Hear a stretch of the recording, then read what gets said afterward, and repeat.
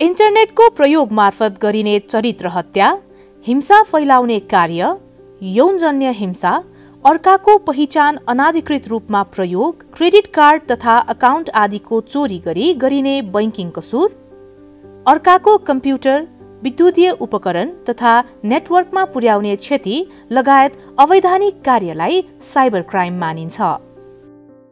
विश्वमा हाल अपराधको प्रकृति र स्वरूप पनि बदलिँदै आइरहेको छ, जसले गर्दा कुनै पनि व्यक्तिले इन्टरनेटको माध्यमबाट विश्वका जुनसुकै स्थानमा रहेको व्यक्तिको व्यक्तिगत विवरण लिने तथा कम्प्युटर जन्य उपकरणमा हानि नोक्सानी पुर्याउनुका साथै त्यसको गलत प्रयोगले विश्वलाई नै आतंकित पारेको छ, जसमा नेपाल पनि अछुतो रहन सकेको छैन।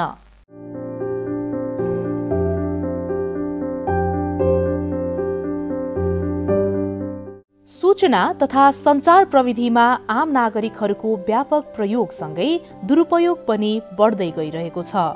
यसको अनुसन्धान तथा नियन्त्रणलाई प्रभावकारी बनाउन, साइबर अपराध विरुद्ध सचेतना जगाउन तथा नयाँ चुनौतीलाई सामना गर्नको लागि छुट्टै विशिष्टकृत एकाइको रूपमा 2075 साल जेठ 27 गते नेपाल प्रहरीमा साइबर ब्युरोको स्थापना गरिएको हो भने 2076 वैशाख 29 गतेदेखि यस ब्युरोले काठमाडौँ भोटाहेटीमा रही साइबर क्राइम सम्बन्धीका घटनाहरूको प्रभावकारी अनुसन्धान गर्दै आइरहेको छ।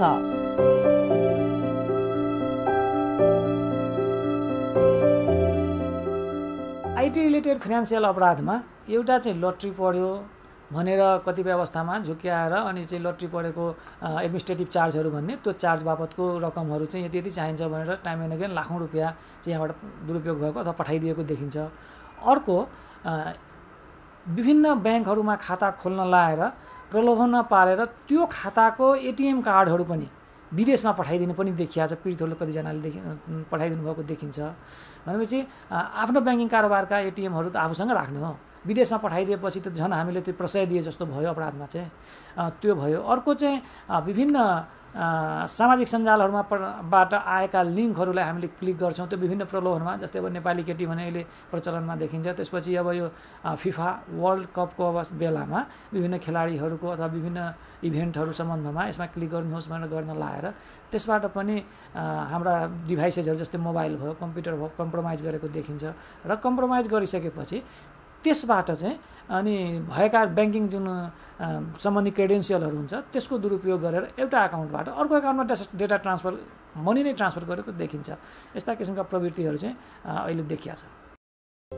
विशेष गरी नेपालमा साइबर अपराध अन्तर्गत सामाजिक सञ्जाल मार्फत डर त्रास देखाउने, यौन आशयका सन्देश पठाउने, गोप्य तस्बिर तथा भिडियोहरू सार्वजनिक गरिदिने भनी मानसिक एवं नैतिक दबाव दिई आर्थिक लाभ वा यौनजन्य चाहना पूरा गर्ने, बालबालिकालाई इन्टरनेटको प्रयोग मार्फत अश्लील यौनजन्य क्रियाकलाप गर्न लगाई भिडियो, फोटो तथा मेसेज तयार गरी प्रसारण गर्ने जस्ता घटनाहरू पर्दछन्।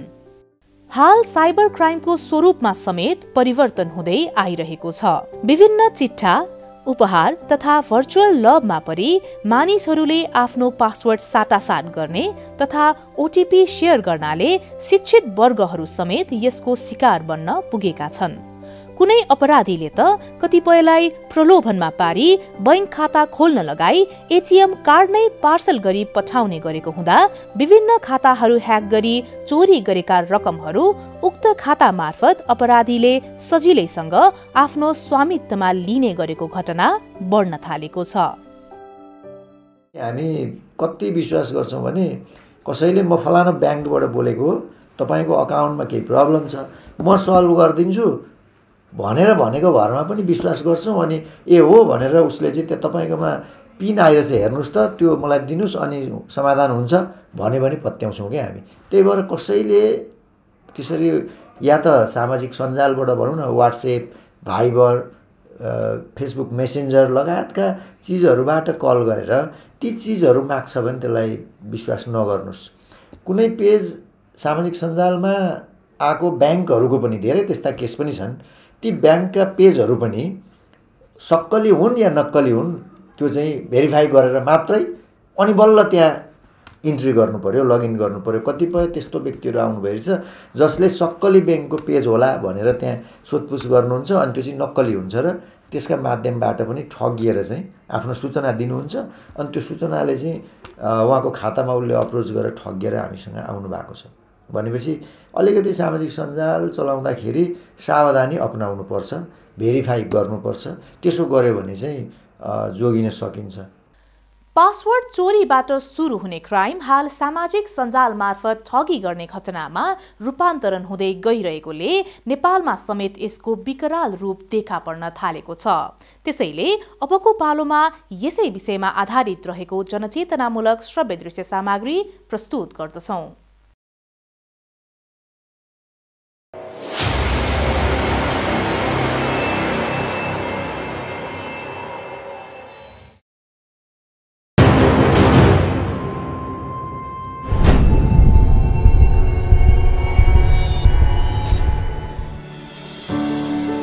ओहो दिवाकर भाइ, बाइक त महिने पछि चेन्ज गर्छौ। कमाइ धमाइ राम्रै छ कि क्या हो? ठिकै छ भनौँ अङ्कल। अब अहिले आइटीको जमानामा सबै कम्पनीहरूले अनलाइन सेवा दिन थालेको छ। त्यही भएर हामीलाई अहिले काम भ्याइ नभ्याइ छ। ल बाबु, पैसा मात्रै कमाएर भएन नि, अब त बिहे पनि गर्नु पर्यो नि।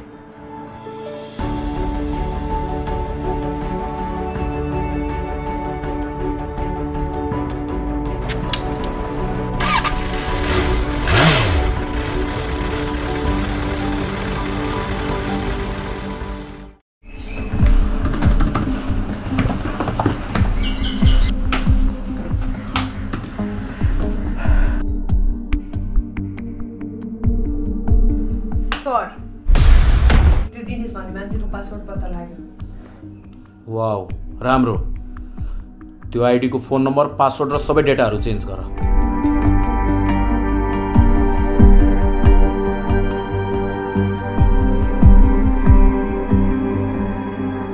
अब दिनेशको मोबाइल हराएको र नयाँ फोन नम्बर लिएको भनेर उसको फेसबुकमा स्टाटस लेख। अनि सुन, 1 महिना यता कोसँग घनिष्ठ सम्बन्धसँग कुरा भएको छ र कोसँग आर्थिक कारोबार भएको छ मेसेन्जरबाट पत्ता लगाऊ। हुन्छ सर।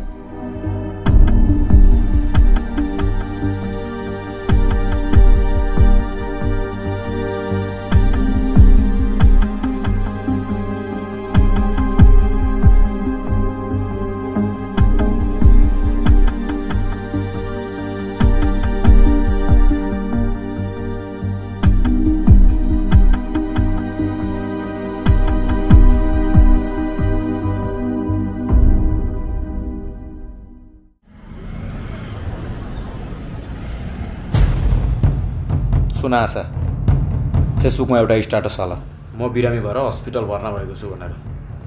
अनि उसको क्लोज फ्रेन्डहरूलाई मेसेज गर, म इमर्जेन्सी हस्पिटल भर्ना भएको छु, मलाई पैसा पठाऊ भन।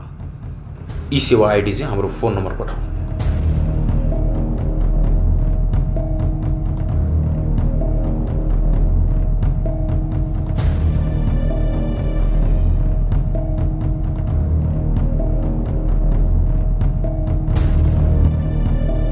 लौ न दाइ, मेरो पथरीको अपरेसन गर्नुपर्ने भयो। मलाई 50,000 जति हालिदिनु न प्लिज।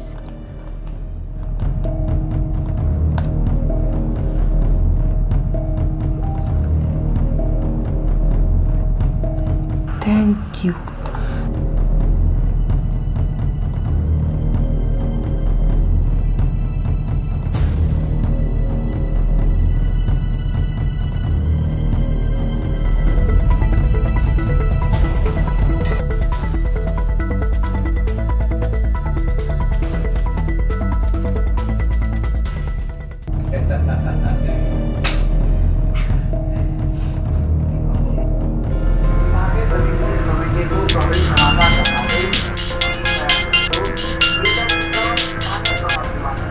हेलो दाइ, मेरो फेसबुक ह्याक भएछ। ह्याकरले आफन्तहरूसँग पैसा माग्दैछ अरे। ल, त हस्पिटलमा छस् भनेर भर्खर पहिले 50,000 हालिदिएको, बर्बाद भयो त यार। अब के गर्ने दाइ? अब हामीले तुरन्त परेरलाई खबर गर्नुपर्छ। हुन्छ, त्यसै गरौँ।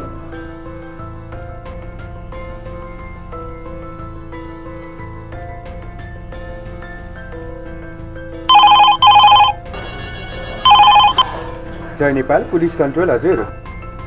सुन्नु न सर। हजुर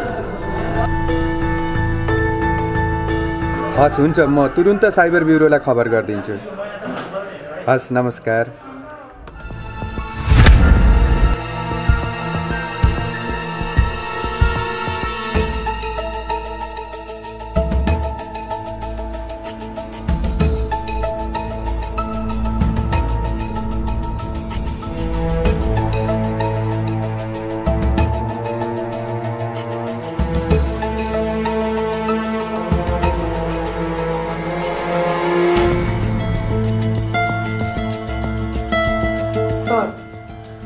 यो मिसन पनि सक्सेस भयो। अब हामीले अर्को क्लाइन्ट खोज्नुपर्छ। यस,